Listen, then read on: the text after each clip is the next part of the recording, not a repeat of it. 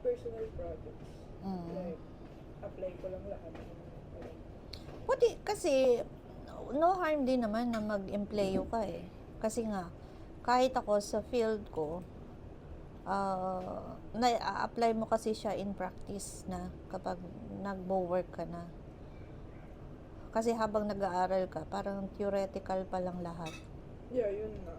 That's Mm-mm. my point. Parang, kasi pagka-graduate ko, parang, I'm not even that ready yet. Kala mo lang siguro yan. Kasi yun nga, parang theoretical pa lang yung mga Oo, pero hindi mo siya ma-apply in practice not until mag-employ ka. Sabagay. Nga naman. Kasi yung pagiging employee is not only building up skills, but also building up connections. Yeah. Di ba? Kasi once na meron ka ng experience, parang doktor din lang yan. Wala naman doktor na pagkapasa sa exam nila is nagtatayo agad ng sariling clinic. Nag-empleyo at pa rin sila sa hospital. Diba? Kumukuha ng experience. Nagbi-build ng connection. Tapos saka gagawa ng ano. Saka magsasarili. Kasi if you will ask me, based sa experience ko, yung mga 3 years na mag-employ ka is good enough. Bago ka magsarili? Oo. Kasi tingnan mo yung friend ko, si Ann, no? Mahal, kilala mo si Ann. Com-sci graduate yun, ah. Pero hindi niya in-apply yung field niya.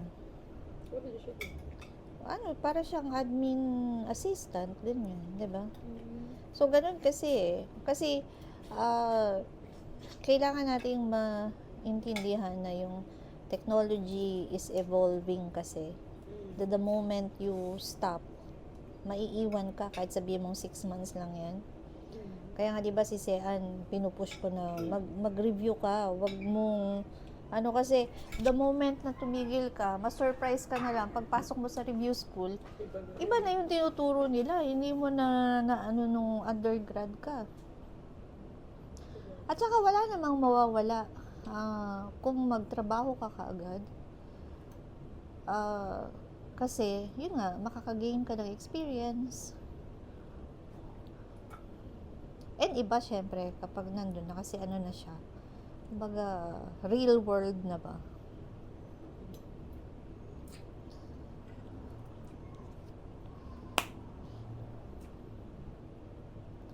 Kasi yun, may mga ganyang tao na, unless talaga na, yung, may malaking kang project in mind na gustong-gusto mong gawin, di ba?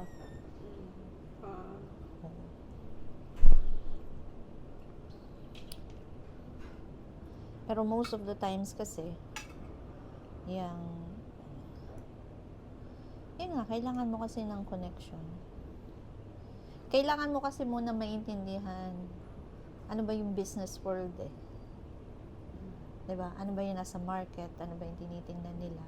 Kasi minsan talaga pag nasa university ka, theoretical, sabi nila na ano yan. Pero once na nandyan ka na sa business, doon mo lang maiintindihan na ito pala yung kailangan sa market. Not simply na alam mo mag-program, kundi ano ba yung papatok talaga sa market, diba? Yeah. So, ganun. Nothing to lose naman. It's not a waste of time na sabihin mo mag-employ ka for 3 years.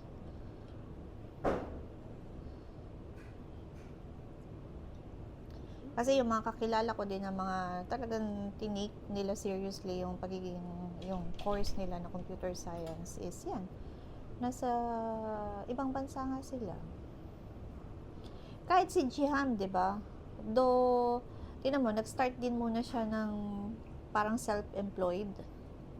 Parang freelance. Pero eventually, nag-end up din siya na mag-employ, di ba? Nasa Singapore siya ngayon, di ba?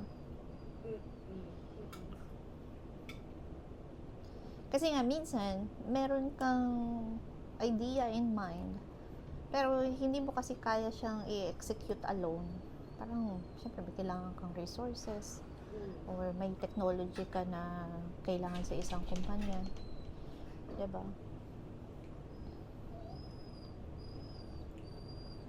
Kasi ganyan din ngayon sa Deloitte eh. Yung magpapakontest sila.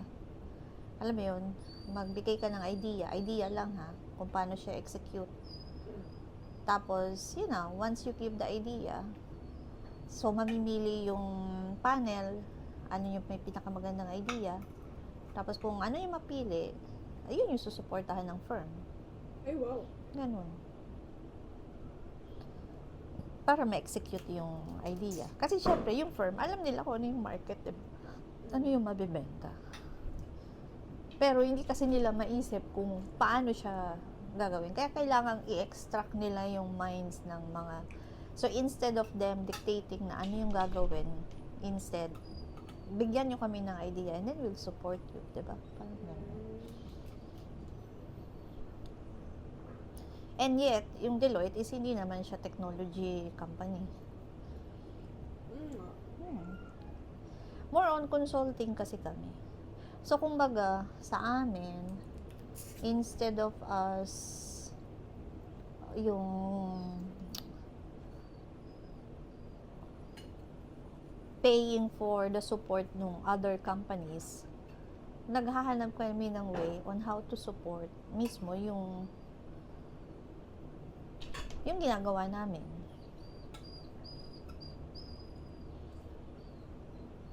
Diba? So, halimbawa, may kailangang i-analyze instead of mag-acquire kami ng services ng ibang firm para i-run yung data. So, naghahanap na lang, nag-i-improvise kami ng tool paano namin mamimit yung same objective na hindi namin kailangan gumastos ng ano. Kasi, instead of paying yung other service company ng as many times as we need them, ito, magkukustomize ka lang ng sarili mong system, di ba? And pwede mo na siyang gamitin ng paulit-ulit. Tapos yun, habang ginagamit namin, kami na idea na, kailangan i-add natin to. Yun, saka lang sila mag-add.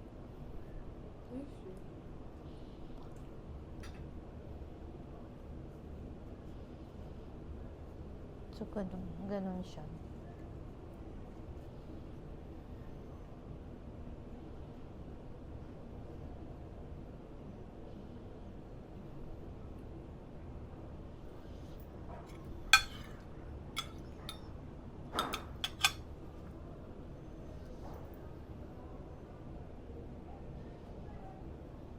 Kasi it's also one way to figure out ano ba talaga yung gusto mong gawin.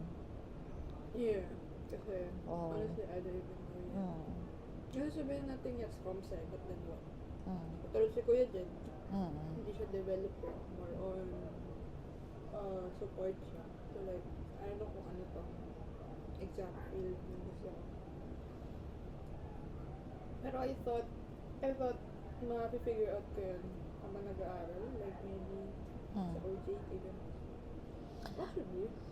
Pero maliit lang, maigsi lang kasi yung tenure nun.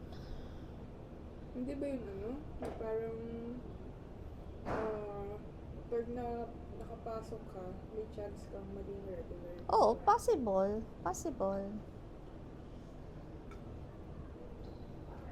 Pero yun is kung maganda agad yung anuhan mo, diba? Sa bagay. For experience, I guess. Hindi, katulad halimbawa lahat ng CPA, yung first stepping stone talaga nila is pumasok muna sa auditing firm. Diba? Kasi nga, sa audit, malalaman mo kasi lahat eh. Nandyan yung accounting, yung audit, taxation, business law. Ma-a-apply mo talaga lahat ng pinag-aralan mo nung college. Unlike yung pumasok ka na agad na accountant, accounting na lang yung malalaman mo. Siguro yun, ibang taxation, pero walang support kasi yung ibang company to update you dun sa mga latest na standards eh. Parang you have to do it yourself. Parang ganun. Pero hindi lahat na nag-uumpisa sa audit end up as auditor for their entire life. Kasi nga, mga after 2 years, doon na nila napifigure out na iba pala yung gusto nila. Diba? Na ayaw pala nilang mag-audit. Mas gusto na lang nilang mag-financial analyst. Mga ganyan. Pero at least, diba, yung kumbaga, nalaman mo, ako nga, every time na may nagpapaalam sa akin ng staff na magre-resign, sabi ko, for as long as yung pag-alis mo is because gusto mong maging masaya and you wanted to do something that you want, hindi yung form of escape. Kasi kung form of escape siya, at the end, ikaw yung talo. Diba? Dahil wala namang nagtatagumpay every time na may sumusuko. Kung suko ka ng suko, wala ka talagang mararating, diba? Kumbaga, give yourself a chance na alamin talaga muna, ensure na ito ba talaga yung gusto ko o ayaw ko ba talaga nito. Yung ganun. Pero, paano yun? Kasi, kunwari, again, same lang sa'yo, marami rin kami field kasi may audit, may taxation, everything. Sa amin kasi, marami rin. Pero, yung pinafocus sa Mapua, AI. Kasi yan yung future, anak. Yeah, I know, but like, parang, Ba't ka naman nila tuturuan ng something na hindi mo na ma-apply in the future, di ba? Kahit nga kami, ang tinatawag na namin, audit of the future. More on analytics na. Nung nag-start ako mag-audit, more on, magva-vouch ka. Di ba? Ngayon, wala na masyadong ganun. Kasi nga, audit of the future na yung inaano, and it all comes with technology. Diba? So, should I pursue AI? Okay lang. Kahit nga, sabi ko nga sa'yo, diba, either yung cloud or yung AI, kasi yan talaga yung future. Kahit kami ngayon, previously, yung system namin, may sarili kaming server. Ngayon, lahat web-based na siya. Diba? Kasi, una, mas mas cheaper. Second, meron na naman silang kasi mga confidentiality agreement Alam mo nang safe yung ano mo. Diba? Kahit nga yung Amazon, diba, pumasok na sila sa ganyang business cloud.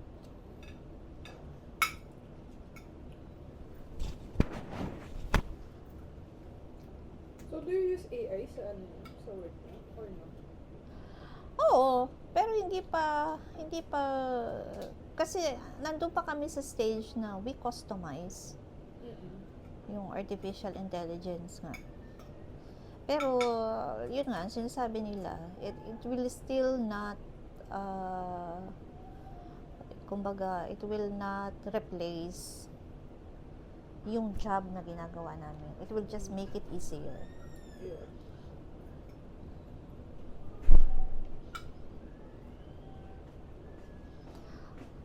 Ano, mahal? Nagluto kami. Kat ni Pepper.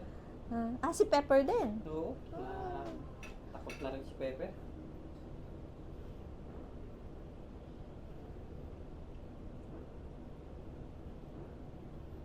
Nakikigaya kasi siya kay Harper, no? Mal, you want dessert? Mga pala. Dapat nga ako nung merienda ko. Royal.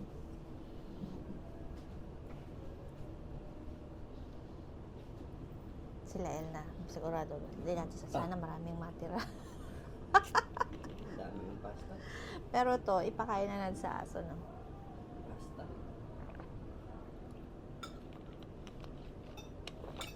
Pero yung lobster, yan. Kain pa, mahal. Huwag ka na lang magpasa kasi mabigat talaga siya. Pero itong, ano ba, itong prawns, yung salmon, masarap kaya yung salmon.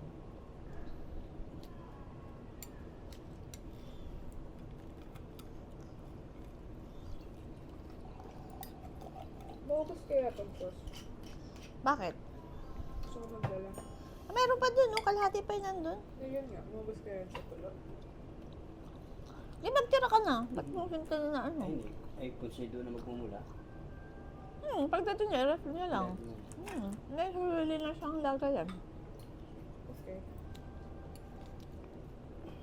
Or what you could do, ilagay mo na dyan sa ano, i-freezer mo. Para frozen siya bukas pag alis natin. Okay.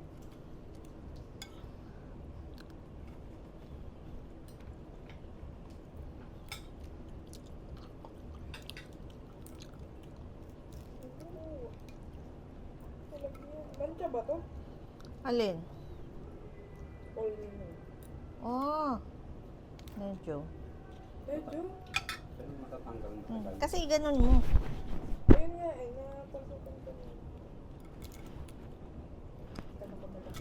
Sunbox. Huwag mo isusunrox, Oo. babad mo lang. Yung color, yung, ano tawag mo? Yung purple? Yung color... Hindi, try mo muna labahan ng wala yun. Okay. Babad mo lang sa mainit na tubig, suka, Mainit ba? Hindi ba malamig dapat? tsaka baking soda. Suka?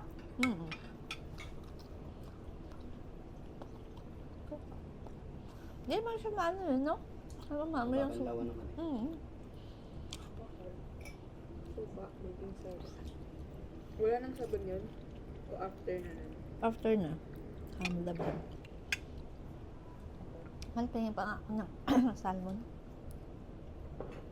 Gusto ko yung may kamatis.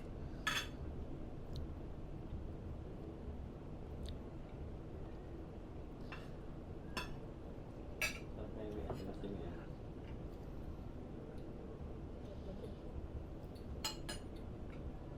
Next year, mahal, tanongin kita.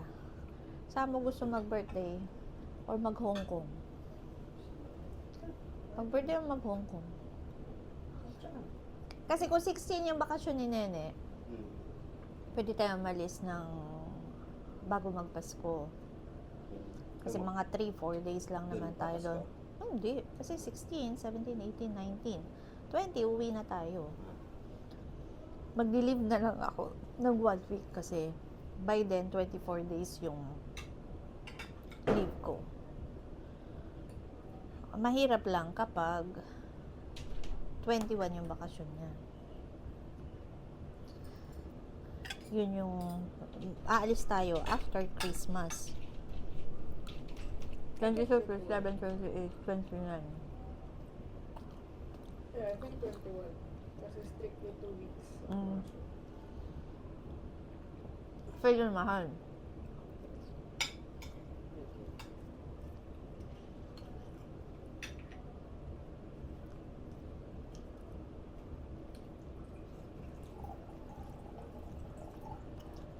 May handaan sila dyan sa labas.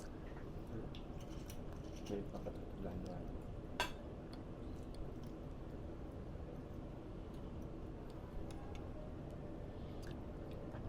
Sarap talaga yung sa tomatoes, no?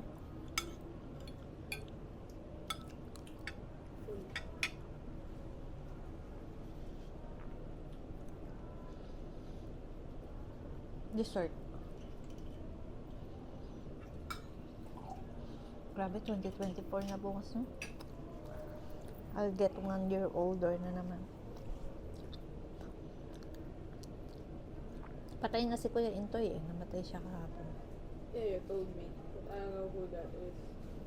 Kahapon ba ng 29, no? 29, no? Kahapon ba? 20 minutes.